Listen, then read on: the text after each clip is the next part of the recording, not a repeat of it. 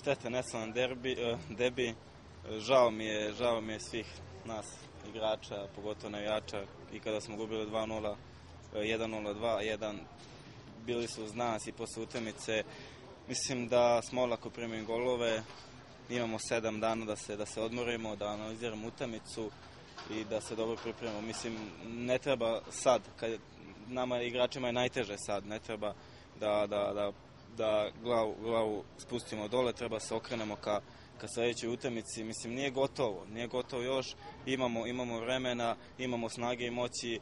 Vidi se da je Slovan i taktički i malo fizički ispred nas. Ipak su oni odigrali dve prvenstvene utakmice, malo su iskusnija ekipa, a mi ne smemo da dozvolimo da na momente igramo dobro, na momente loše. Mislim, ono kada smo iznenačili, umjesto tada da krenemo, primili smo gol iz jednog običnog kornera i nismo imali više ni snage ni moći da iznenačimo.